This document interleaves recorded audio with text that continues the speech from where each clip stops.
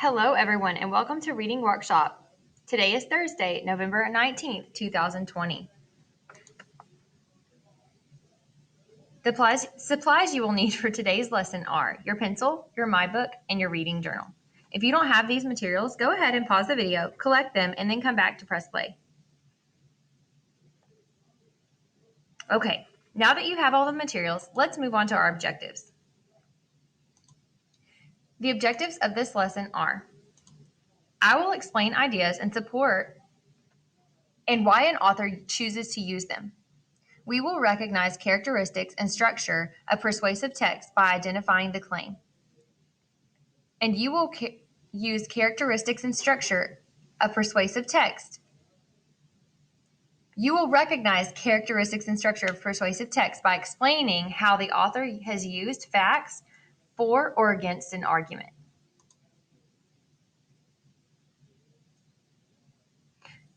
In a persuasive text, an author tries to persuade or influence readers to think a certain way.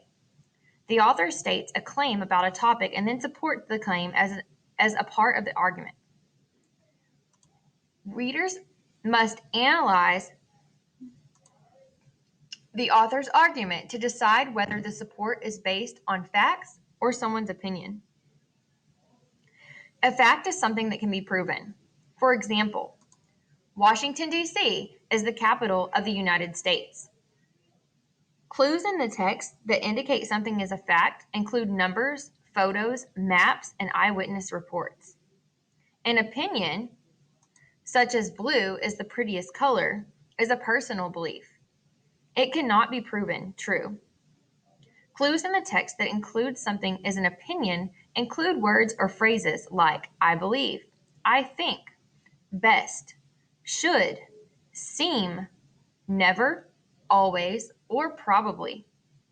Readers, it is important to know whether something in a text is a fact or an opinion, because an author's statements can influence readers' thinking. Today, you will practice identifying facts and opinions as you reread or continue reading Potatoes on Rooftops.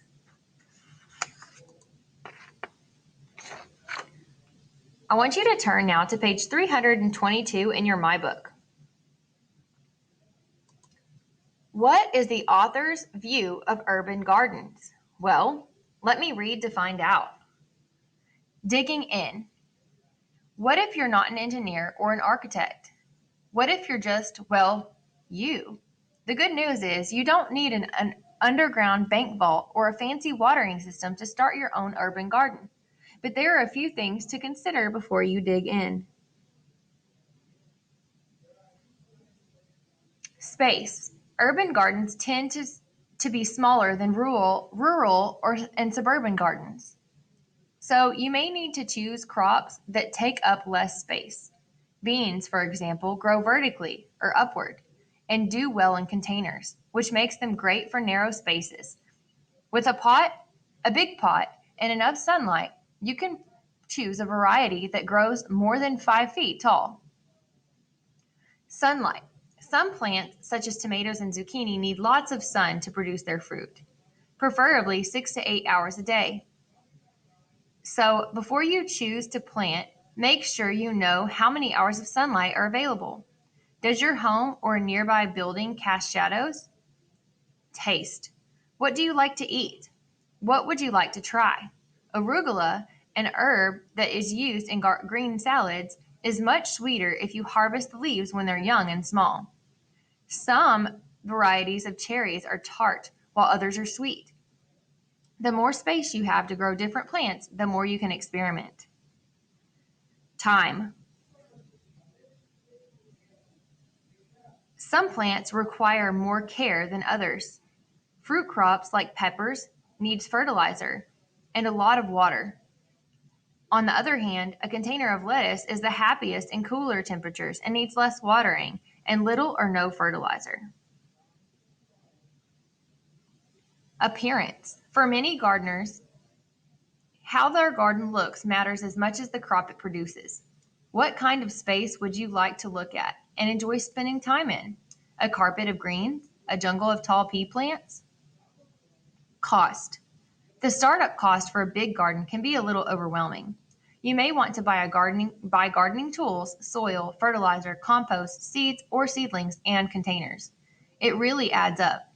But the money your family saves growing some of your own food instead of buying it can make up for this cost in as little as one harvest. In the meantime, you can save money by borrowing tools and using household items like buckets for containers. Cut costs even more by choosing seeds over seedlings, which are more expensive. You can also share seeds and plant cuttings with other growers. Some types of fruits and vegetables will yield seeds that you can save for the next planting season. Pests. Cities are full of wildlife, and much of it will be delighted by the buffet on your balcony. Birds may feast on your berries. Raccoons will run off with your harvest. And a compost heap can attract mice and rats. If you've got critters in your neighborhood, and you can bet you do, you'll have to guard your garden against them. One way to do this is by protecting the plants with chicken wire. Students, pay close attention to what I'm about to tell you. I asked this question earlier. What is the author's view of urban gardens? Well, I can tell from reading that the author's view of urban gardens is that they are very important to cities and have many benefits. As I read the section digging in and the subheads below, the author detailed exactly how to start my own garden system or our own garden system. They're expressing to the reader how important it is and what benefits this garden could give to you, while also describing how to start up your garden. So the author's view is that urban gardens are very important to cities and have many benefits. I also want to ask you this question. How does the digging in section support the author's opinion? Think about this for a second and write down your thoughts when I say go. Go ahead and do this now.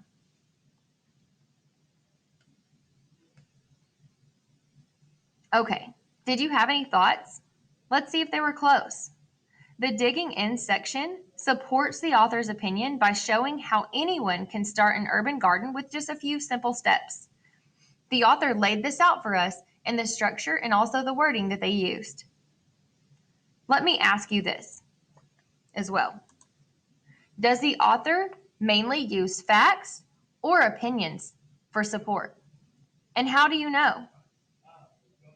Copy these questions down in your reading journal and then answer them on your own. Remember to explain your thinking by using text evidence to support your ideas. You can underline the text evidence that supports the author's argument within the text also. Pause now and answer these two questions. Does the author mainly use facts or opinions for support? And how do you know this?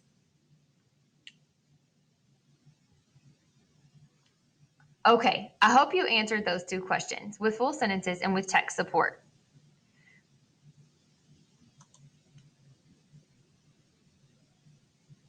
Now it's going to be your turn.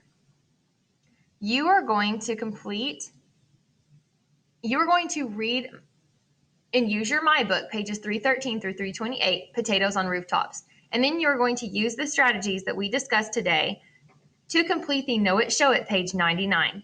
Remember, an author's argument can be supported by facts or opinions. Always find text evidence that supports an author's argument. The text support can be opinions or facts.